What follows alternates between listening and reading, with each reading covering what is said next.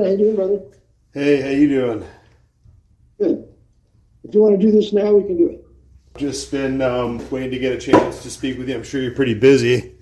I just wanted to check in with you here. It's been a little while since we spoke, and a lot is happening, obviously, in the world of current events and news, and and I think that there was a lot to be discussed as we kind of go into this period where they're going to unroll a lot of these once classified JFK files, etc. I heard right away people telling me that there was like Q drops, which I don't even know really what that means, but there was anonymous drops talking about the connections with the Israeli Secret Service. And so I just thought it was strange that they would instantly kind of go for the framing of the question of the Jewish people behind the JFK assassination. It just seems so strange and kind of typical. Jack Ruby warned about that. Jack Ruby warned that the Jews would be blamed for this unless he was able to tell his story, for which reason Jim Garrison refused, or Earl Warren refused to take him back to Washington. So, but I've seen what Ruby wrote, and he said, the Jewish people will be blamed for this because I'm a Jew. And so this is exactly what the New Right's doing. And I guarantee you, whatever they release, they will never have anything to say about the Knights of Malta or Francis Cardinal Spellman overseeing it. Yep. Now, I was doing a search here before we were jumping on, just looking, and you can see how much information is available about Cardinal Spellman, and it's fascinating how kind of connected he is. There's even like a CIA document here, Cardinal Spellman, the American Pope. Yeah, of course. and I think it's fascinating that he even oversaw the funeral arrangements with JFK. That's how kind of intimately, how much control he had over the whole kind of affair. Yeah, and the Kennedy family broke with Cardinal Spellman. And it was the other cardinal in D.C., I forget his name, that oversaw the funeral and all of that. And Spellman went to Rome at the time of Kennedy's funeral. So, yeah, he absolutely oversaw everything with the Knights of Malta. He was the American Pope. He was the most powerful prince of the church in this country. Now, I think it's difficult to discuss the issue, because, a lot of these guys, we're just discussing earlier Jay Dyer's work, and he has a lot to say about this whole issue, but it's interesting how he looks at the CIA as an operation that was controlling the Vatican at the time. Sick. I found that kind of hard to believe. It's lap. You think the CIA would have the power to control the Jesuit Vatican? And if that happened, who did that? And when you go to look at the operators in the CIA at the time of the Kennedy assassination, they're all connected to the Vatican. James Jesus Angleton, John McCone, Henry Luce, Claire Booth Luce, J. Peter Grace, Lee Iacocca, Arthur Dickey DeLoach, second of the FBI. All these Knights of Malta are absolutely overseeing the Kennedy assassination. And the head of the Secret Service was James J. Rowley. His brother Francis was a Jesuit. And that's all brought out in Hoover's FBI by Arthur Dickey DeLoach. So they don't ever want to bring you to the truth about the matter, that the papacy was behind it, or if it was, why the CIA controlled it. Yeah, you tell me how. When James Jesus Angleton was the head of the Vatican desk in counterintelligence and CIA, and his right-hand man, Raymond Rocca, that Italian Roman Catholic Knight of Malta, was also involved. So they're both CIA counterintelligence, both working for the Vatican desk, and both subject to the Pope. I had this one article up here where I was just looking at, it goes back to 2013 flashback, how the Vatican responds to JFK's assassination. Mm-hmm. That is a fascinating look here. And it starts talking about the various bishops, brother bishops, etc. And so, you can see that he was surrounded by high-level papal knights. Nobody talks about a Jesuit from Georgetown, Richard McSorley, And Richard McSorley was appointed to be the confessor of Jackie to keep her shut up. So where's Richard McSorley mentioned? Nowhere. Yep. Jesuit, the fourth vow. Right. The vow of extreme unction. Extreme unction, right? That's right. Then you got Jesuit David Ferry. He was trained by Jesuits for many years. And you can see that in the book of Dr. Mary's Monkey by Epsom. Ferry, Jesuit Cossack. So David Ferry was a Jesuit coach with the CIA as well as the Mafia. So you're talking about David Ferry? David Ferry. He's lots on him in the Garrison in the movie JFK Director's Cut. But it looks like, according to this write-up, it says he attended a Jesuit high school, St. Ignatius, and the Jesuit college, John Carroll. And he also was in a novitiate. He also was preparing for the Jesuit order when supposedly he was thrown out because he's homosexual. Well, that never caused him to be thrown out. So it was decided that he would be a coadjutor. And so he was, working for the CIA and the Mafia. Yeah, it's crazy. They have, I can actually see a copy of this document here where he was, it says Instrument of Consecration, Order of St. John, Primitive Catholic Church. So There you go. Yep. And even in JFK, shows David Ferry's priestly robes after he's murdered.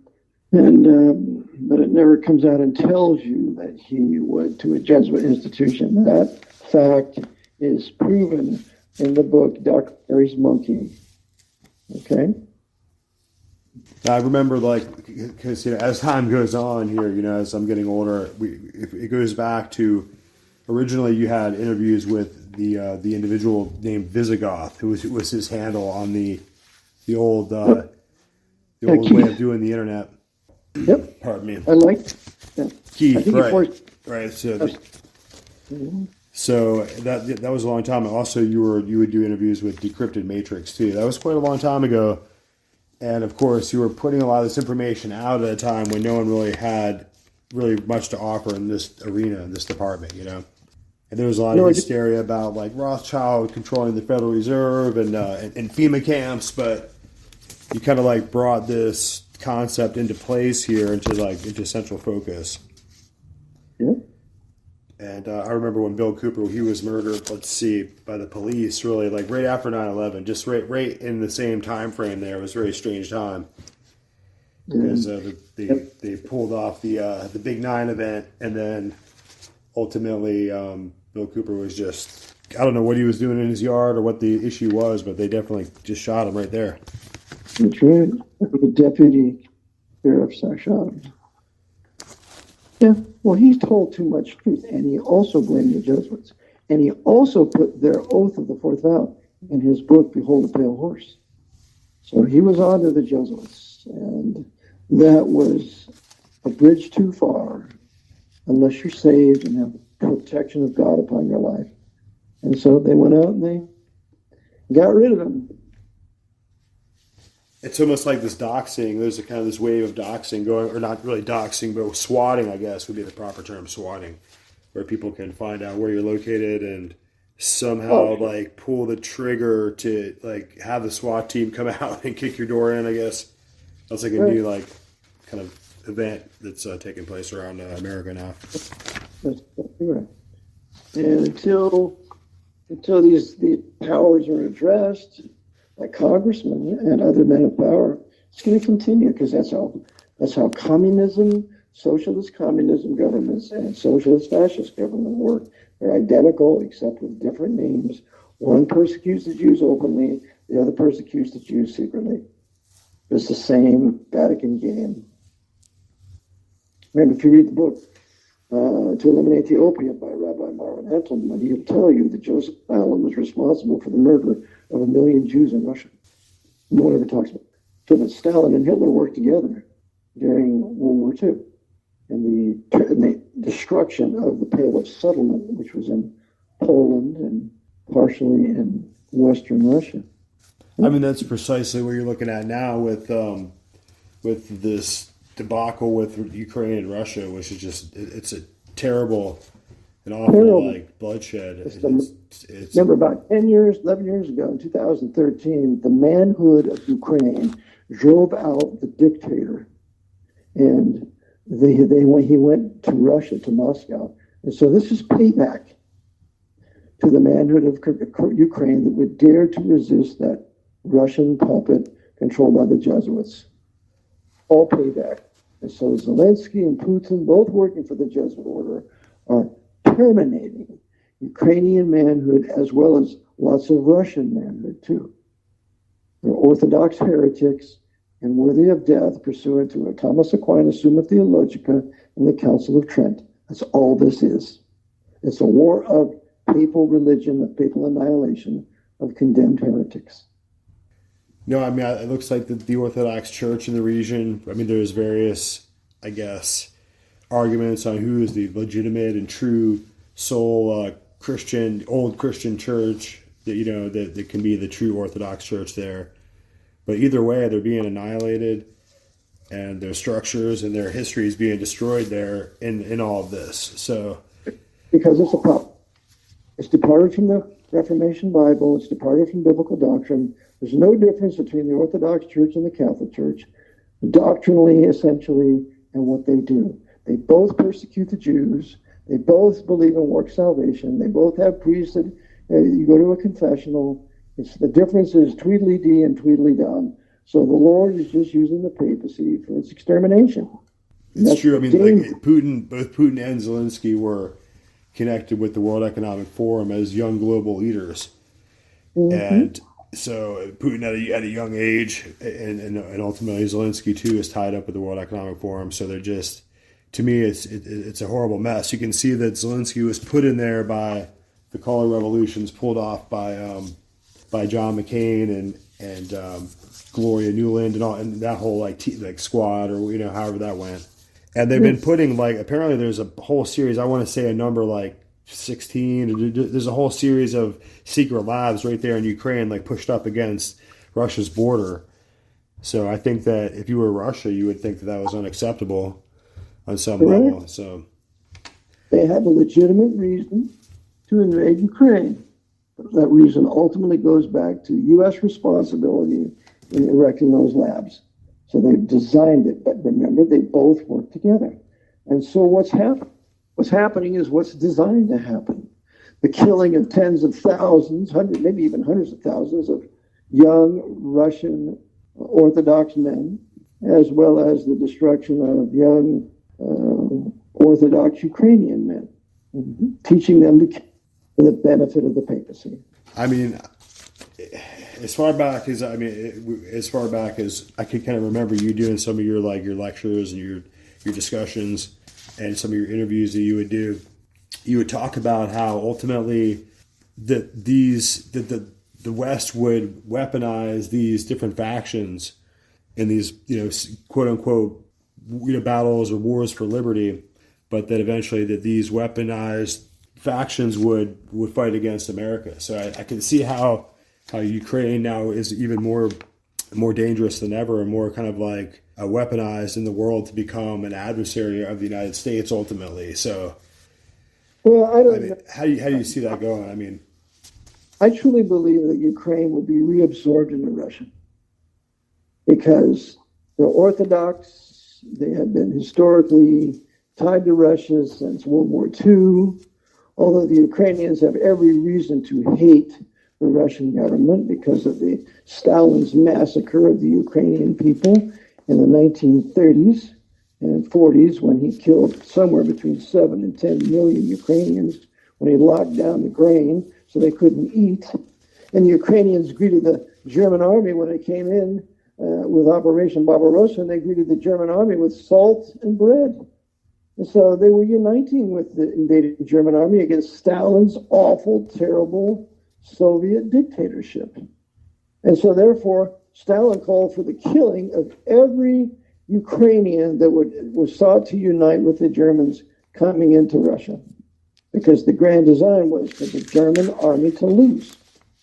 And that's exactly what Hitler facilitated when he ordered von Paulus to not escape the closing of the pocket surrounding the the German army, the Sixth Army, which caused, I forget, 91,000 German soldiers to be taken captive, and only 5,000 would return alive after the war. But were mostly Roman Catholics. So it was all designed. Hitler, Stalin working together, the destruction of the Lutheran Prussian army in the east, the destruction of Stalin's army also at Kursk and Stalingrad, all facilitated together, working together for the end game of the Counter-Reformation. Mm-hmm. Right. And ultimately to punish the nations that had ultimately rebelled against them in the past, in the wars of the past. That's correct. Remember, Russia had expelled the Jesuits for over 100 years. When Tsar Alexander I in 1820 expelled the Jesuit order, and they remained expelled until 1922, when they were formally allowed readmittance under Lenin and Stalin, as they were overseen by the American Jesuit Edmund Walsh, who was in Russia for 2 years, from 1922 to 24, overseeing the putting together of the Bolshevik government for the benefit of the papacy and for the destruction of the Orthodox Church. Yeah. Yeah, that's what I'm looking at. I see that as ultimately what's being destroyed here in the midst of all this warfare is the destruction of the Orthodox Church. In my view, we were discussing J. Dyer and kind of his pedantic thesis on the Orthodox. He's kind of like an Orthodox Christian fundamentalist, right? And I just kind of view that as like a replacement theology. So it just comes in and it kind of puts itself in the place of all God's promises to the world through the oracles of the Bible and the Old Testament, the New Testament, and through Christ, and kind of replaces the whole history of the Jewish people themselves, as it were, and just kind of puts itself with the force of religion in its place. And Rome does the same thing. And so, and so ultimately, J. Dyer, he throws out sola scriptura, and he likes to, ridicule Protestantism. Yeah. And he said he prays for the dead, and the idea of adoring icons and venerating icons is not such a bad thing in his mind. Oh, really? So, then why does 1 John 5 end up with the last verse? Little children, keep yourself from idols. Right. That's the last 1 John. That's all idolatry. And that's what the Puritans and other true biblical Protestants and Calvinists revolted against. We're not having idolatry. We're not having the sign of the cross. We're not having any icons, any statues, anything. They tore them all down. When Cromwell came in and took over a Catholic church, and I believe it was in Scotland or whatever, I think it was Scotland, they had a statue of solid silver. And Cromwell said, bring it down and melt it down and send it out as coins doing good. Right. Cromwell had it all melted down, put it into coins, British sterlings, and sent them out among the people in the destruction of that idolatry. Well, there's an interesting bit of history you go into with Cromwell. So what happens here with Oliver Cromwell? So how does this whole intervention with him? I mean, he still has a statue that stands in London. Everybody's been taught to hate Cromwell.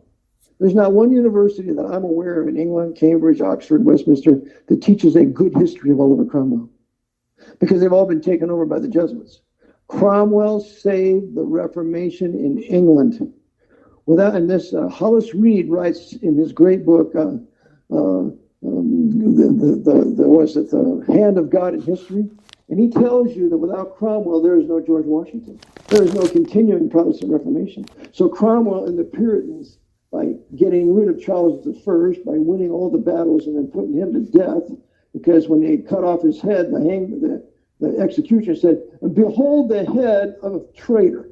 And so without Cromwell and the restoration of law and the protection of the church, because he became the protector, the defender of the faith and protector of the Commonwealth of England, without him, we would have lost everything. So Cromwell ought to be exalted in England as their greatest leader, even greater than Queen Elizabeth I. But oh no, they kick him to the dirt, say he was a tyrant, close down Parliament. Well, Parliament was busy working for the Pope because they were restoring the tyranny that was under Charles I. And that's why he got rid of the Long Parliament and the Rump Parliament. because obviously they couldn't. That's why he stomped his foot in Parliament. You're unworthy to govern the Lord's people. I've prayed about this long and hard, and the Lord has led me to end this Parliament. And then as he's calling out the names of the men in Parliament, he's listing off their sins. And you're a whoremaster, and you a thief, and you, Sir Harry Vane, God deliver me from Sir Harry Vane. Cromwell saved England when he did away with Parliament and put the key in his pocket, closed the door, locked the door, and that was it for 5 years, from 1553 to 1558 when they poisoned him. So remember, Cromwell was poisoned by his doctor, Dr. Bate, and the guy who wrote the book on it was Joe Weider, called The Death of Cromwell, and Weider was the great bodybuilding guy, one of the fathers of bodybuilding. So no, without Cromwell, we don't have anything. ForgottenBooks.com. Guys, you guys have to check out ForgottenBooks.com. It's just a really wonderful outlet. Forgotten Books is a London-based book publisher specializing in the restoration of old books, both fiction and nonfiction manuscripts that are hard to find, almost forgotten and lost to modernity, right? So we have some really incredible books here on ForgottenBooks.com. And as we look through, I'm just looking through some of the headlines here, and it's incredible. Like I can see here that a lot of Helena Petrovna Blavatsky's books are here. So I could see studies by Malachi Taylor on Ephesians. Fascinating. I can see here an essay on church government by an unknown author, right? As I go through here, over 1.3 million forgotten or lost or all but lost books, right? The history of the so-called Jansenist Church of Holland, the moral concordances of St. Anthony of Padua, right? All this incredible books, guys. All these incredible forgotten books. A sermon on the death of Abraham Lincoln, right? This is incredible. This is an incredible resource. The secret instructions of the Jesuits, right? All these. ISIS Unveiled. Wow, this is incredible. ISIS Unveiled right here on ForgottenBooks.com. Guys, you got to come check it out.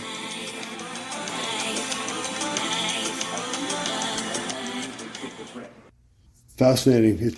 It's interesting because as far as the Orthodox Church, as it's set today, they really have ensconced in their whole kind of theological mode there are this history of these church fathers that our brother Dyer here kind of refers to constantly, as far as like doctrinal justification to really remove the Jews out of the picture, and really take them out and to kind of replace Passover, which I'm not saying that we should all, become Jews, but we should at least recognize where this history came from and where even Jesus Christ came from himself, so.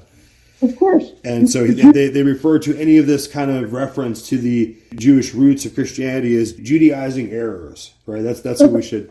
That's their watchword that they like to put out if you like to connect any of the Christian history of today with the Jewish past. Yeah. So that totally doesn't understand the Bible, or he does, but he doesn't want to tell you. The book of Acts is a transitional book from Israel to the church. So that in Acts 28, the Apostle Paul doesn't go to the Jews anymore, and he goes only to the Gentiles. And that's in about AD 60 or so, 65, just before the siege here, the besieging and ultimate destruction of Jerusalem in AD 70. So no, the Apostle Paul, it was a transitional period in the book of Acts, and it's from law to grace, and yet the Abrahamic covenant was not destroyed when the church was established in Acts chapter 2, and then ultimately the apostle goes to the Gentiles only. And writes in Romans 11:25 that blindness in parts happened to Israel till the fullness of the Gentiles comes in play. Then shall all Israel be saved. And he quotes a passage about their national conversion. But that's the whole point, is that God's ultimate plan and will and desire for Israel is that they all be saved. And that's what the plan is. It's not that they're pushed out and that they're just like they just tip over the edge and never seen again, right? Right, they're just temples aside. That's why replacement theology is a terrible Romish heresy. And unfortunately, there were certain Protestants that embraced that. One was John Calvin. So we're wrong about saying the church is now, Israel is now the church, and that was the basis for circumcision among Protestant nations, because they believed that the church was now Israel. But Luther never believed that. And Luther believed in a future restoration of Israel, and you can read it in the works of Luther by the great American author on Luther. He wrote it in 1904 thereabouts. This Nicholas Linker. By the way, there's not one word in Linker's work, his 8-volume work, on Luther writing on the Jews and their lies. Not one word. So Luther believed in a right, exactly. So if he didn't mention it, then there was nothing there to reference, really. The reference. He was the master historian of Martin Luther, and he was American, Nicholas Linker. And he writes an 8-volume set, which in the first volume, he quotes Luther by Luther saying that the Jews would be restored. And he quotes Malachi and a couple other Old Testament passages. And then he said, God would that day would soon arrive. That's what Luther said. He was not a replacement theologian. This is Romish heresy. And that's one thing that when the early church was always literalist in reading the prophecies. True biblical dispensationalism existed in the early church. And there's a tremendous book I have on it about dispensationalism. It's nothing new with John Nelson Darby. That is a lie. You have Gill writing about the pre-week appearing or rapture of the church 100 years before John Nelson Darby. Read John Gill's work, his commentary on 1 Thessalonians. Tells you that. That's 100 years before Darby. So this nonsense that John Nelson Darby came up with dispensationalism has not been verified by all these little puppets when they constantly repeat it in their ignorance.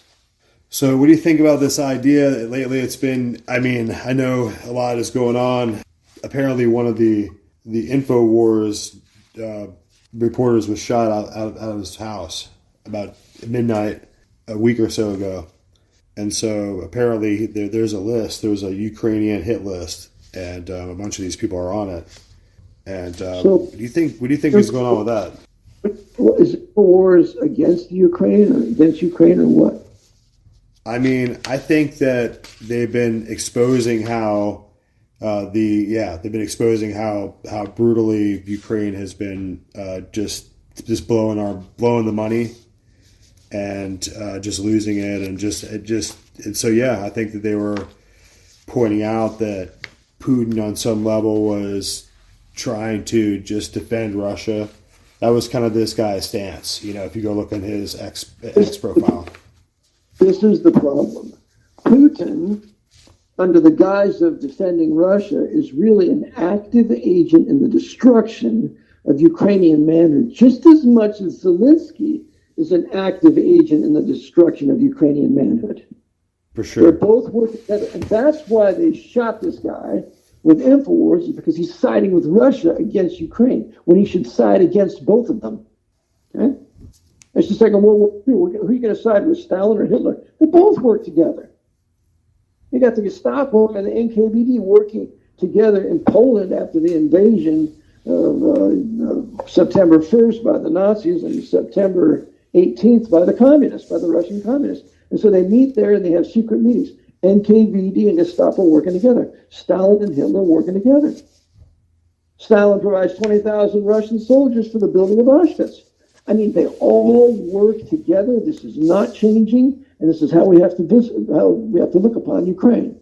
And the weapons that Russia is using ultimately come from us and its technology by Anthony Sutton's great work, a national suicide, military aid to the Soviet Union. But it's the same deal with Ukraine. We're going to give all these weapons to Ukraine so that they can mutually kill each other. And the end result is, I'm totally convinced that Russia will win the war, bring Ukraine back into the fold of the USSR, quote unquote, and then the Russian military will have all these American weapons at their use. Just as $85 billion was given by Biden to the Taliban. They just showed on, if you watch some of the X news stuff, it showed some Russian artillery equipment being basically towing some Abrams tanks back with them as they were leaving Ukrainian territory. Equipment they captured, there was American equipment. Absolutely. So they're arming Russia for their future invasion of America. That's why they arm China for our future invasion of America. That's why they arm the Muslims and Russia for our future invasion. Because I maintain the incendiary event that will take place is the destruction of the Dome of the Rock and the Al-Aqsa Mosque in Jerusalem to be blamed on Americans, and that will unite the fanatical Muslims to find and hate and kill every American they can find. And I was told this by a Jordanian Muslim many years ago. Allah would never allow that. But if he did, we would teach our children to hate and kill Americans wherever we found them around the world. And that's exactly what the Jesuit order was, using them to accomplish their counter-Reformation goals. Well, one of their main counter-Reformation goals was to get control of the quote-unquote Holy Land for the Pope. That's correct. And that's exactly what they did with the British. And they got the British in there, and then with the end of the Ottoman Empire in 1924, now they can set up the establishment of a Jewish state, not for the benefit of the Jews, but for the benefit of the Pope. And so therefore, we now got Jerusalem through the British, and then we'll create the revived Latin Kingdom of Jerusalem. And it brings the issue of Israel and the Jewish people into a geopolitical contest with Islam at a larger scale. It does it in a national way. Correct. And we will never allow the Muslim Jewish agitation to end when you could end it in probably 1 to 2 years. We have to continue to build this agitation between the Muslims, the Arab Muslims, and the Jews, and champion Palestine. There is no such place, no such individual as Palestinians. We've got to continue this agitation for the benefit of the papacy until the final Pope of Rome comes to power, and then he will end the agitation with the covenant of Daniel 9:27. Yep. So that's why I say it'll never end. Well, I was noticing how the book of Joshua is very similar with this. Joshua plays a similar role because he has to go into the land and conquer, and so that's really what this prophetic archetype of Jesus Christ in the future coming will have to fulfill prophecy and ultimately to take conquest of the earth. Really, you mean Christ himself? It seems like it. Yeah, it seems like that he will appear. That's what it says in the book. Of course, second coming. He smashes all the Gentile armies that come against Israel. And then the Spirit of God has been poured out upon the Jewish people at this time, Zechariah 12, verse 10. And they recognize me, whom they pierced, the Lord of hosts speaking. And then there's a national repentance, and then he delivers them from their enemies and then sets up the millennial 1,000-year reign, the kingdom of David. He reestablishes that he first came to establish in the first century. He did not come to establish the church. He came to establish a geopolitical Davidic kingdom to reestablish it. And that's why he said, the kingdom of heaven is at hand. The kingdom of heaven comes out of heaven to earth to be the reestablishment of the Davidic kingdom. And that's why the disciples in Acts chapter 1 said, Lord, will thou at this time restore the kingdom to Israel? Because they were looking at their own scriptures and prophecies, and that's what they knew was going to come. How can you read Jeremiah 23 and know that there's not going to be a restoration? How about Jeremiah 49, Isaiah 49, Isaiah chapter 2, Micah chapter 4? I mean, all of it's full of restoration of the nation of Israel under the reestablished Davidic kingdom of their Messiah, who's the Lord of hosts. Yeah.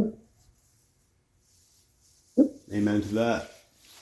No, I was shocked when I looked at the news. It looks like this individual, Mahmoud Khalil, he's the Columbia University student who they tried to take away for doing all this Hamas rioting all over campus and leading all these crazy marches.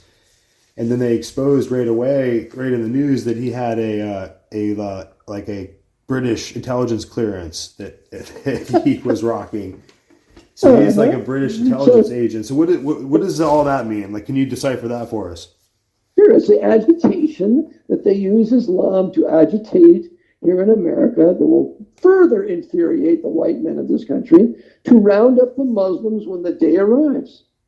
They're going to round them all up, and they're going to the 600 FEMA camps to the delight of the papacy, because the papacy wants to get rid of all these Muslims, but they want to use them to incite the end game of the Jesuits, and that's the end of political liberty, of constitutional Protestant political liberty here. Have a military dictator who will then give the order to round up all the Muslims. Well, to send them that is like just kind of white hot of a political issue. But at the same time, when I think about China, the CCP, they have no problem going down there and just tearing down mosques. So you can see it. There's like Facebook videos where they just tear them down. They call it a mental illness, and they just tear the mosques down, and they will not allow it. They're purging out Islam out of communist China, right? So it makes it look like the Chinese government at the top is not working with Islam.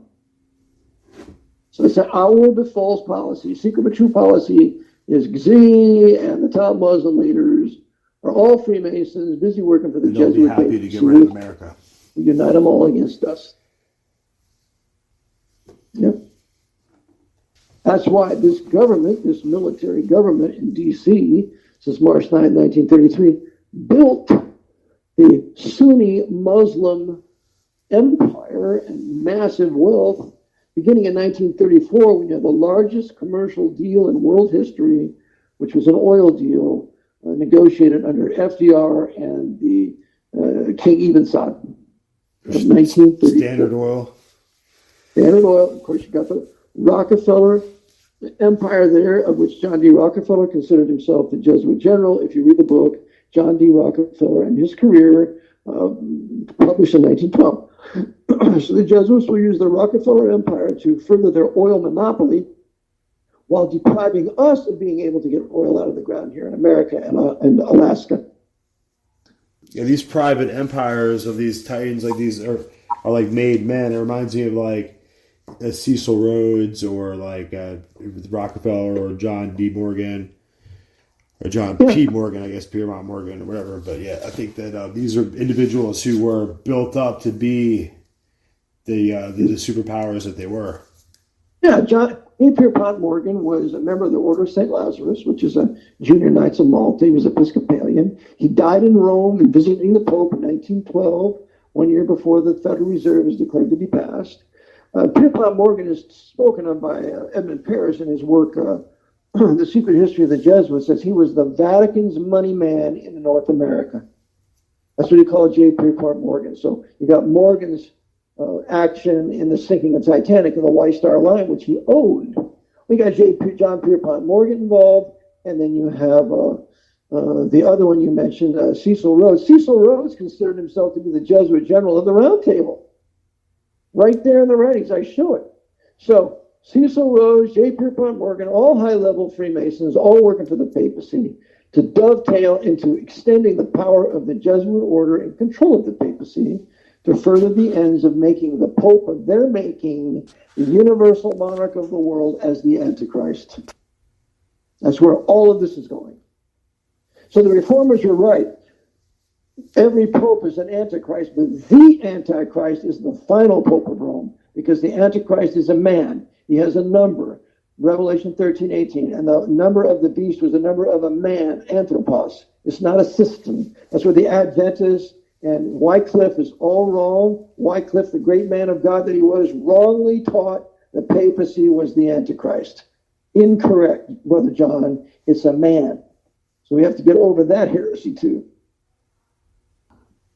Well, it's a secession of these titles. It's like the titular, it almost like dark spiritual authority wears the man out and then just passes to the next man, and it just winds up to this final one who final unfortunate fellow. Yeah, the Pope is the placeholder for the coming final Pope of Rome. That's why the papacy can never be destroyed. It's kept in place by the risen Son of God as well as by Satan for the manifestation of the man of sin of 2 Thessalonians chapter 2, Daniel 7:11.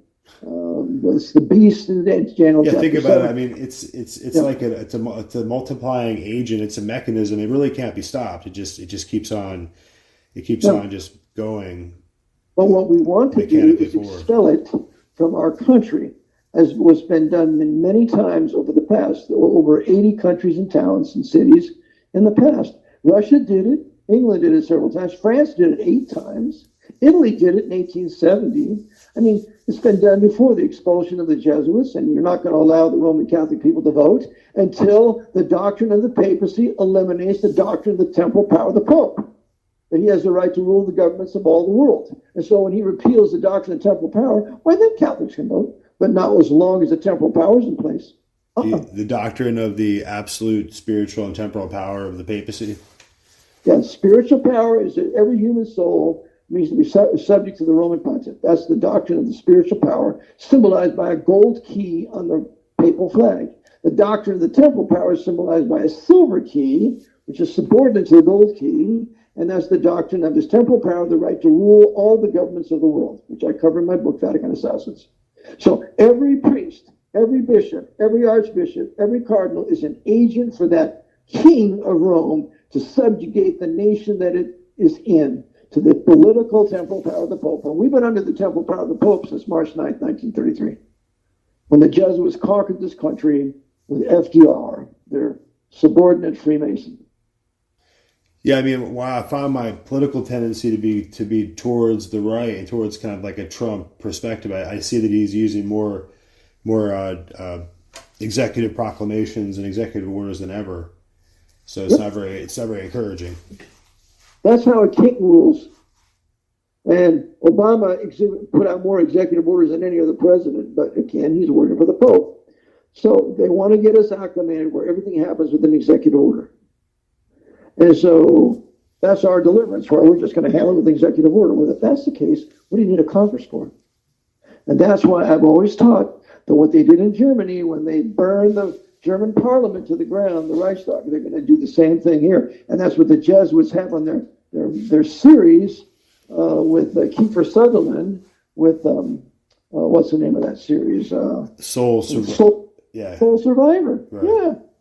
They're telling us in that they're going to destroy the Capitol building, which they will. They also showed us that in Bruce Willis's movie, Live Free or Die Hard, where that guy, the evil white guy with the computer master, shows the destruction of the Capitol building. It didn't really happen in the movie, but that's what they show.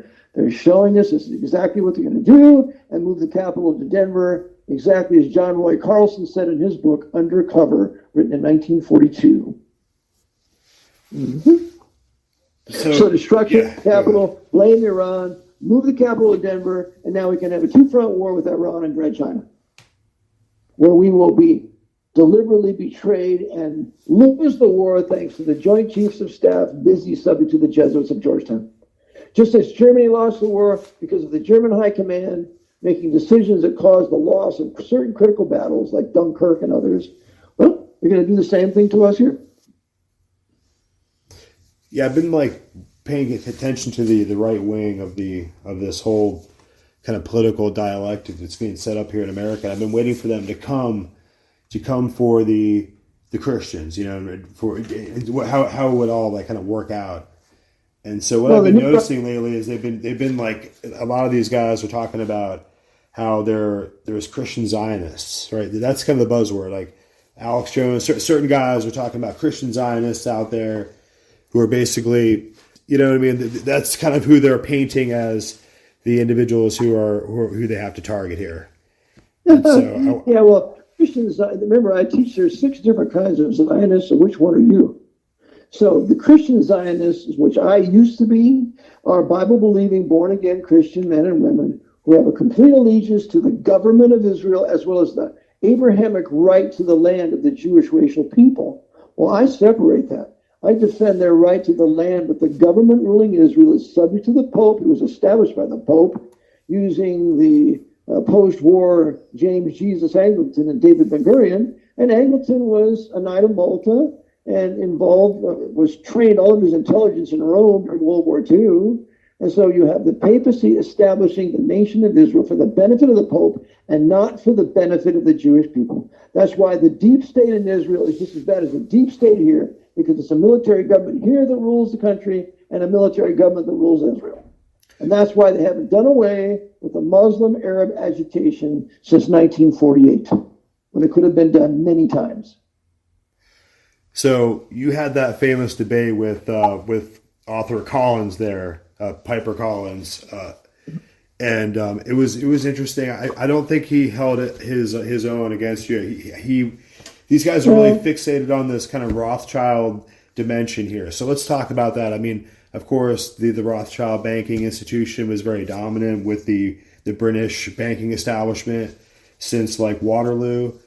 But there's a lot more that goes to the story. So you want to talk about that a little bit? Byron Fagan popularized that with his 3-volume set on the Illuminati, talking about the Rothschilds and their connection to Great Britain and the message that came after Waterloo. They sent it via Roost to London that Napoleon had won and the stocks crashed, and so Rothschild buys up all the stocks, and then the message comes back that Napoleon lost, and hence the Jesuits, or the Rothschilds, pardon me, control all the stocks in England. The Rothschilds at the time were the Vatican bankers, and even the Jesuit coadjutor F. Tupper Saucy says that in his book, Rulers of Evil. The Rothschilds were requested by the Jesuits to handle their fortune while the Jesuit order was suppressed. But after the Jesuit order is reinstated in 1814 by Pius VII, the Rothschilds begin to fade. And all the big families come back openly in power, like the Orsinis and the Aldobandinis and the Contis and the major giga-quadrillionaires, Vatican bankers. So the Rothschilds are just kindergartners compared to these guys, the Chichis and the Colonnas.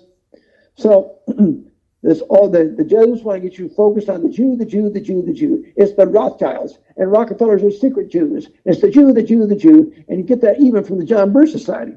Okay, where in the book None Dare Call It Conspiracy by Gary Allen, he quotes the Jesuit General Pedro Rupi saying that there's a world conspiracy and the Illuminati and so on and so on. So the Birch Society protects the Jesuit order when in fact the Jesuit order is the heart and soul of the internationalist communist conspiracy. Well, that's kind of my whole point here is that Jay Dyer, they'll go deeply into all this erroneous, extra double speak about ancient church father doctrine, and they'll talk all about and they'll kind of frame the idea about how people are Judaizing the church, but they won't talk about the Jesuits at all in concerning this whole issue. No. And are you going to tell me what 11 million, maybe 15 million people in the world run all the governments and all the banking and all the militaries and Hollywood? They run those people run it, the racial Jews. And furthermore, how do they do it when they don't have any major universities to train their soldiers like the Jesuits do? It completely breaks down in how it happens when they simply blame the Jews. True, there's many upfront Jews that are involved in this horrible conspiracy, but they're traitor Jews. They're racial Jews that are traitors. And there's no such thing as a Khazarian mafia. The Jews are not Khazarians. That's been around for 100 years. David Ben-Gurion said, I heard that, I know that story, but I'm no Khazar. He said, I've always considered myself a Jew. The Khazarians were racial Gentiles, white Gentiles. So I covered this on my website. I refuted Kevin Allen Brooks' work on the Jews of Khazaria, the same way with the 13th tribe, written by that other British agent, Kessler. So these are liars. Yeah, it's just more agitprop. It's more anti-Semitic, kind of pseudo-intellectual, pablum for the radicals. Correct. That's exactly right. That's because nobody's going to the Knights of Malta. I mean, that's what I'm talking about. Like, I'm sitting here listening to these guys talk about the JFK assassination. They just that's something that's interesting. They talked about James Jesus Angleton, of course, who has a middle name like Jesus. Like these are like hardcore Jesuit families. So it's like instilled in their whole ethos. And so James Jesus Angleton, he has a secret back connection and a back channel with Israeli intelligence. And I'm like, is this 1963 or what kind of intelligence operation do the Jews have at that point? I'm trying to understand. Yeah, and furthermore, Israel had only been in existence since 1948, so that's 58, 63, 15 years, and they have this kind of power. Give me a break. So, no, Angleton, remember this. Angleton manned the Israeli desk from CIA counterintelligence, and he manned the Vatican desk from CIA counterintelligence. This made James Jesus Angleton one of the 2, 3, 4 most powerful CIA officers. Okay, but never would he say it's the Jews doing it.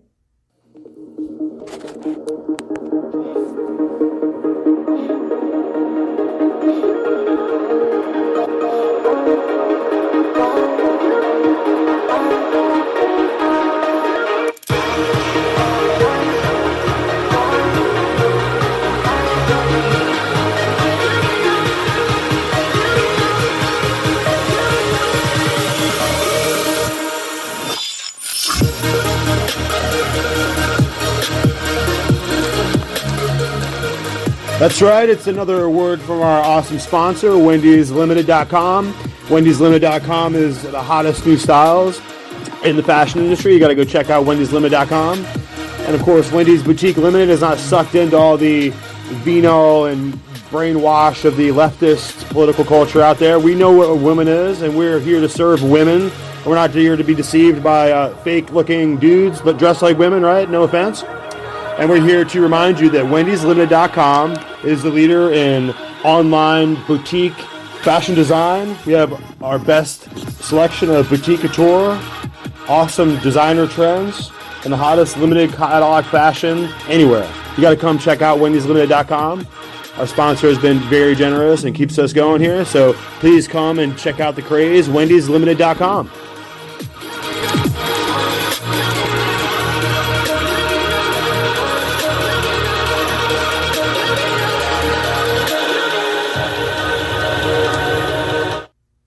You know better. That can't be the Jews. Angleton was trained in Vatican intelligence during World War II in 1943. He was the OSS liaison to the Vatican intelligence during that time. And who was controlling OSS? Why, Knight of Malta, Wild Bill Donovan, that Irish Catholic fanatic who was involved in the murder of John Birch, after which was named the John Birch Society, and who was also involved in bringing Mao Zedong to power in 1949. So, no, it doesn't match up. The Jews do not have that kind of power at all. There's no centralization of power. You know, as even Michael Savage said, well, show me where the Illuminati, show me where it's connected. Show me where I can go find the Illuminati. Very good question, Mr. Savage. But you ask the question, where can I find the Jesuits? And you're going to have 28 major universities. You're going to have 4 provincials. You're going to have tremendous connection to all the major cities, the major archbishops, because they run the archbishops of Washington, Philadelphia, Boston, Chicago, New Orleans. They control them all because the Jesuits established their supremacy after they were restored in 1814 over the Roman hierarchy. And that's why no pope gets out of order. And if he does get out of order, like John Paul I, why they'll send a mafia assassin to kill him, to poison him, as they did in the book, if you want to read it, titled When the Bullet Hits the Bone. And I believe it's a Gambino that did it. But you got to get the book, When the Bullet Hits the Bone. He said he poisoned the Pope. He was the Colombo family, and he was the one that killed the Pope. But he was ordered to do it. So he was a hit. Right, it was a hit. And so the Jesuits ordered the hit, but they used a mafia assassin to do it. In Rome. It was an American mafia assassin they sent over there. So right. Gotcha. Okay? When the bullet hits the bone. That's the book. Yeah, no, so I'm interested to see how these guys, like, they want to explain this whole JFK assassination. They don't want to talk about the Knights of Malta one time. No. They don't talk about the Jesuits at all. Or Spellman. Exactly. Or Spellman. You don't deal and you'll never get to and how do they even explain the story? Like, I'm listening to them, and it gets really annoying and boring, and they don't have any kind of real clue. And so they get to this point where there was some kind of, like, James Jesus Angleton Israeli desk connection, and all of a sudden, like, everyone's all the Jew haters out there have, like, found their secret clue, right? So it's amazing. And they don't want to mention the Vatican desk.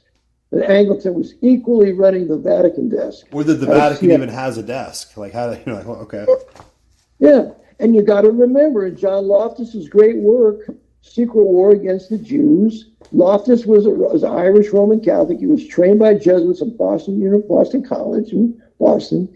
He tells you in that book that there is a room at NSA headquarters titled the Jew Room. And in that room, no American Jew is allowed entrance. And when I read that in that book, I just nearly fell over. But it's in the book, Secret War Against the Jews by John Loftus. And so who runs NSA? The Jews or the non-Jews, namely the Knights, the Gentile Knights? If there's a Jew room where no Jews are allowed, it's not the Jews running NSA or CIA or any of those other things. And remember this. Bob Dylan wrote his book Chronicles, and in the book Chronicles, he says that his mother always said that the king of the Jews was the Pope, and he's absolutely right. The leading Jews in Israel have always been subject to the Roman papacy. And when you have Rabin getting out of order, why, they will use Shin Bet to kill him. I mean, if you go back in time, even at the time of Christ, when he was suffering his he was before Pontius Pilate, the people cried out that only Caesar was their king. Right. So, See, of course, at that time, Caesar was Pontifex Maximus. So, and the Sanhedrin at the time was subject to the Caesar, just as the Jewish leaders have always been subject to the Pope of Rome. Yep. Henry Kissinger, I have a picture of him in the Vatican with the Pope. He said when he was advisor to Nixon, he said, I would never work for that man. And that's in the writings of the John Birch Society. I would never work for Nixon. Well, who was he working for? He was working for the Knights. That's why Kissinger and Alexander Haig were bosom buddies, both papal knights. And Alexander Haig's brother, Francis Haig, was a Jesuit out of Baltimore, Loyola out of Baltimore. That's why James J. Riley, Riley, who was the head of the Secret Service, his brother Francis was a Jesuit priest. I mean, come on. Who's running the Secret Service at the time of the Kennedy assassination? Who's running the FBI? It wasn't that sodomite J. Edgar Hoover. It was the third in command, Cartha Dickey Deloach, a Knight of Malta, commander of the, as William Cooper said, he was the head of the FBI Division 5, who oversaw the assassination. So no, they're all knights, all papal knights. I list about 15 of them in my book. I have their pictures, and yet we can't consider that with the new revelation coming out about the Kennedy assassination. Give me a break. E. Howard Hunt said that the Jesuits had the most extensive intelligence network in the world, and Hunt was a key player in the JFK assassination as an officer of the CIA. Well, ultimately, so was the older father, George Herbert Walker Bush, was apparently a Skull and Bones man. Apparently, after Skull and Bones, after they get up and they get fully into the agency above, they're becoming Knights of Malta ultimately, right? Isn't that what probably happens behind the scenes? Ultimately, I know George Herbert Walker Bush became a Knight of Malta. Right. He was Full-fledged, right, kind of. Mm-hmm. And Skull and Bones is always above Freemasonry. Okay. So Skull and Bones is as Anthony Sutton wrote, Skull and Bones, America's Secret Establishment. He showed all their connections in the U.S. as well as in communist Russia. And that's the last book he was ever allowed to write, because that Stanford professor went too far and showed how they all worked together. The Skull and Bones was a coordinator of this, but he doesn't mention Skull and Bones in connection to the Jesuits. But that's okay. He did a good job on Skull and Bones. Do you think he knew it? Of course. But he just understood that not to pull the pin on the grenade or whatever. Most brilliant academics we ever had. He taught at Stanford, and he wrote several great books on the Russians being financed and built by this government of Washington. But he never calls it an emergency war powers military government. That is the great secret none of these guys want to talk about. I try to listen to Victor Davis Hanson, and he really gets pretty close to. I think I wish I could question him directly about it, but I think sometimes he seems to seem like he knows it too. He's a papal. Remember that, so he's not going to go there. He's busy building the new right by bringing out legitimate grievances that this government has done, but he'll never connect it to the papacy, because his purpose is to create the new right, Roman Catholic, a.k.a. Christian nationalism, when it is not Christian, nor is it biblical nationalism. And I have a recording on my website. That's my whole issue with the InfoWars guys over there, who should probably get better security. And their whole issue is that they're talking about, they're really attacking and punching down on Christian Zionists. But I look at them as building this kind of new right, which is a different turn for Alex Jones, because he used to be kind of apolitical. He used to be kind of neutral. He used to be just fighting the FEMA camps and stuff like that. But now he's full in with Trump, and which I'm not saying I know anyone's heart, but I'm just saying he seems to be fully invested in this idea of this new right, ultranationalism. That's why he was raised up in the first place. Remember, they always do this in increments. All of his grievances are legitimate. About 90% of what he reports is correct in the facts that he gives. But it's who done it? What's the final conclusion? And that's why they raised him up to move all the white men of the country that are conservative, whether they're Catholic or Protestant or Baptist, whatever, into the new right, because they can't do it without bringing the Protestants, the apostate Protestants into this, and the apostate Baptists. If it's just Catholic, it's not going to work. They have to bring all of them in together, just as they did in Germany when they brought in the apostate Lutheran Church to unite with the Roman Catholics of Bavaria and have a Roman Catholic leader, Adolf Hitler, who wasn't even German.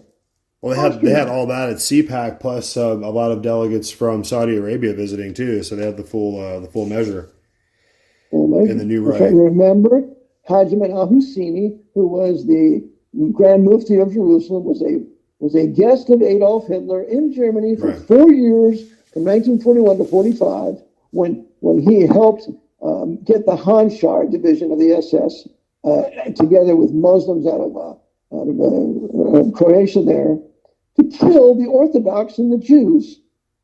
Without Hajiman al-Husseini, that thug, Grand Mufti of Jerusalem, that was made Grand Mufti by the British, controlled by the Jesuits, through Herbert Samuel, who was a Masonic Jew working for the British and erecting Hajiman al-Husseini as the Mufti.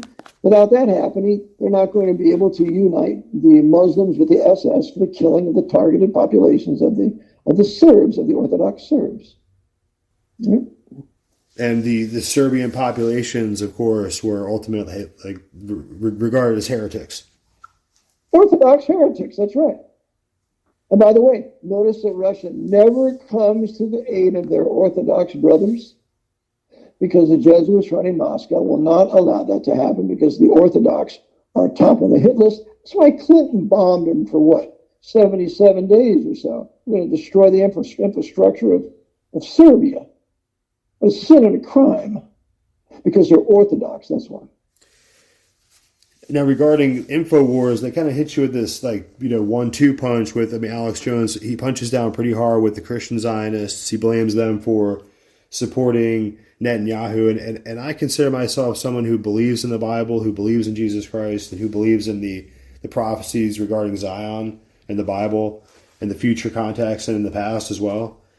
And I don't necessarily support Netanyahu at all, right? That's just kind of their problem over there. Somebody they elected, So I don't know what ultimately Israel will do, but I know that the Jewish people are loved by God, and God ultimately wants to bring them back into the arms of true Christianity. And if you have if you have a Christianity or a form of Christianity that pushes the Jews away, or considers them to be ineligible for your sacred message, then I don't think that you have the truth. You know what I mean? Romans 9, 10, and 11 proves the point. They've been temporarily set aside, and my heart's desires for Israel to be saved, but they're not going to be saved till the fullness of the Gentiles. In Romans 9, 10, 11. That's a summation of those 3 chapters. And so that will happen someday. But in the meantime, the Abrahamic covenant is an everlasting covenant. It's in full force and effect today. They have a right to their land. It's a racial promise. It's not a religious promise. It's a racial promise to the 12 tribes composing the nation of Israel. Well, they have a right to their land, but also to their nation in a nationalistic context. They have a right to their nation. They have a right to be a nation. That's why the Muslims have no right to Not Gaza. just the state. It shouldn't be the state of Israel. It should be the nation of Israel. How about that? Does that make me a Zionist? I guess so. Yeah. And just remember that Ariel Sharon in 2005 gave Gaza to the Muslims. That was an act of high treason for which he should have been shot, or rather hung, because being shot is an honorable death. We should have hung him for that, because he set the foundation for this with that invasion a couple years ago from Gaza. So then you have Nitwit Yahu. That's what I call him, Benjamin Nitwit Yahu. He is working for the Pope, and he facilitated the attack, because you have Israeli correspondents that will teach you in a Netflix movie that talks about Bibi, that he sent $30 million a month to Hamas in Qatar before this happened. So he was busy financing this. That's why he caused the Israeli army to stand down for 7 hours when they could have immediately been in there and annihilated those invaders. So Netanyahu is a part of this to facilitate the war, for the destruction of the mosque in Jerusalem, and ultimately to drive out the Muslims out of Gaza. And they have no right to Gaza. If the Muslims really believe the Bible, they would allow the Muslims in Gaza to leave, but Egypt won't allow it. That's why Egypt put big fences up, not allowing them to come in. And so Egypt is just as much a part of this problem as anybody else. And under the Biden administration, they gave 500 Abrams tanks to Egypt. We're never told about that, are we? So they give 3 times the amount of money to the Arab nations that they do to Israel. That was Billy Boy Clinton doing all that? Biden did it. Okay, gotcha. Biden gave 500 Abrams tanks to Egypt because they got to have a war in the Middle East that has come up with parity with the Israeli army. And so that's what they did, because Egypt's going to lose and all those other countries are going to lose. The borders of Israel will be extended. The power of the holy people will become much more powerful after this war, because that power of the holy people is going to be broken by the Antichrist, according to Daniel 12.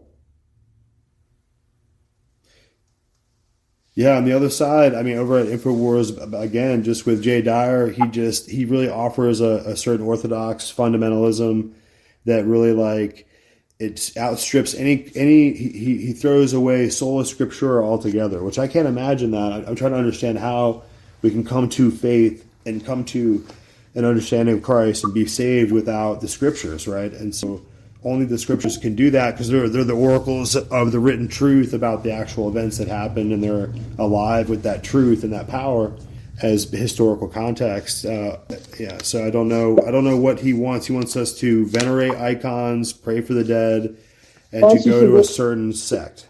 He wants us to go apostate where he is, so the Lord will never intervene for us. Well, he's not going to intervene for the Orthodox Church. It's apostate. It's full of Jesuits. That's why the Jesuits have the Russian college in Rome to prepare their priests to go to be Orthodox priests. Yeah. That's why they have the American college to prepare the priests. The Jesuits are like the certificate training course for everyone. Like, you can't even become it until they train you to do it yet. Like, right. That's why they have different colleges for different nations in Rome. Spellman went to the American college. Before he came over here, he was made a bishop, archbishop, and finally cardinal in 1929.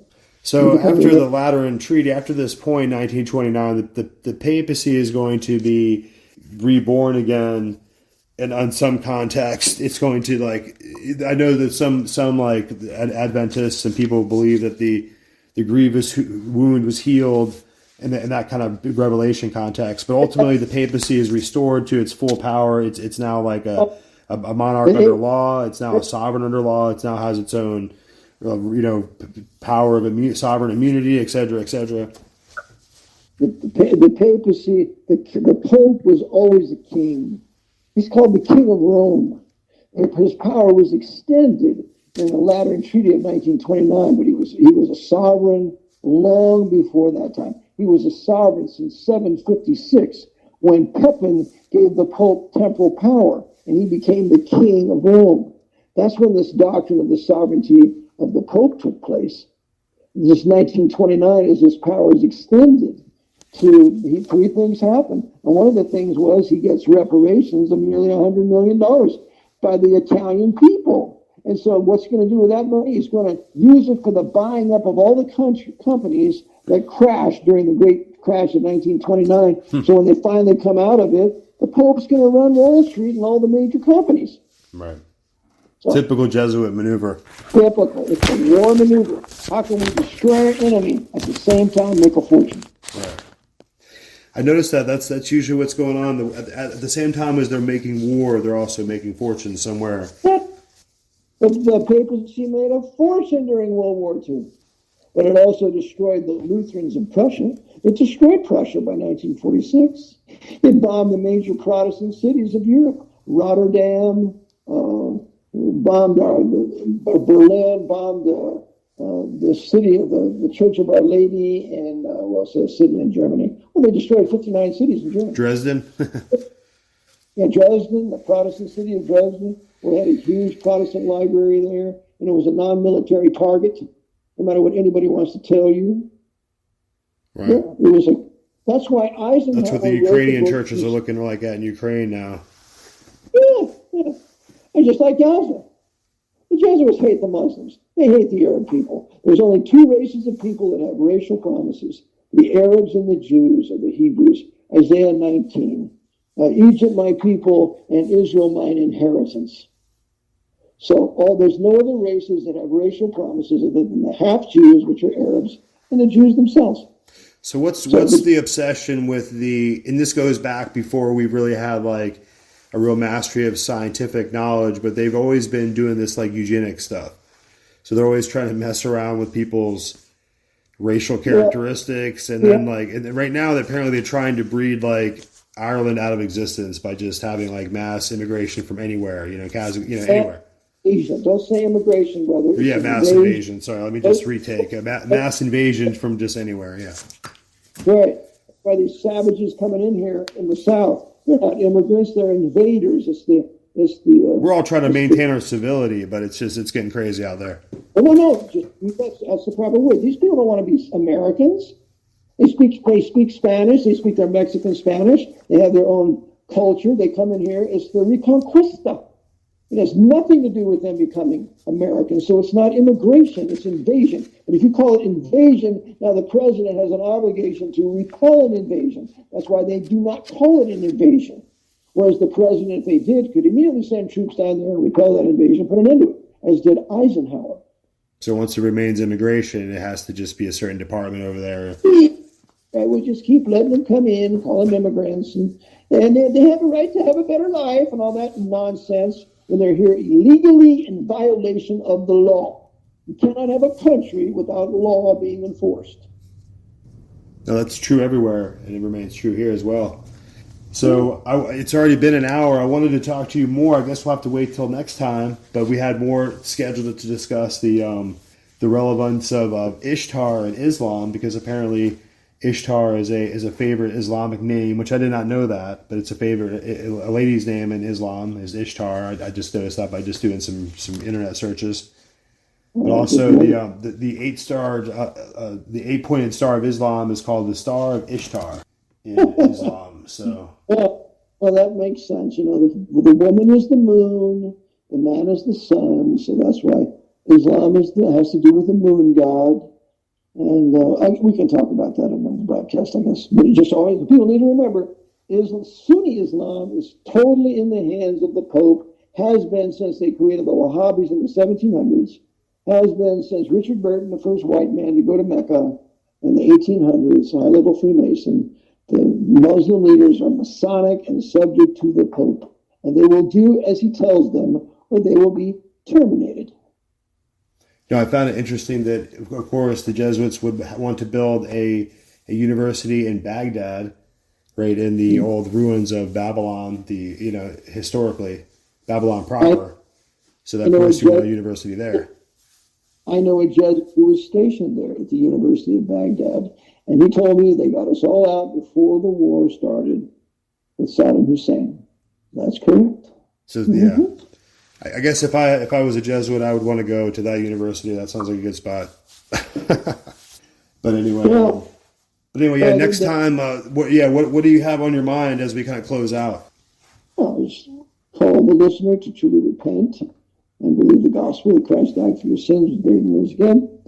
And when you believe that gospel, the Lord saves you. So when He's received Him, that then give you power to become the sons of God. You will then believe on His name, and that I trust that all your listeners are saved, they're in Christ, and they have the Bible as their final authority of faith and practice, namely the Reformation Bible, the ABC. Got to get back to the Reformation English Bible, and then the Lord will begin to bless us and cause us to separate from the Roman papacy, come out from among them, be ye separate, saith the Lord. And then we can have our own nation once again, where there is not the papacy ruling us, as has been the case since 1933. So, may the Lord bless your listeners, and you too, brother. All right, you too. The Lord bless Eric. You have a wonderful night.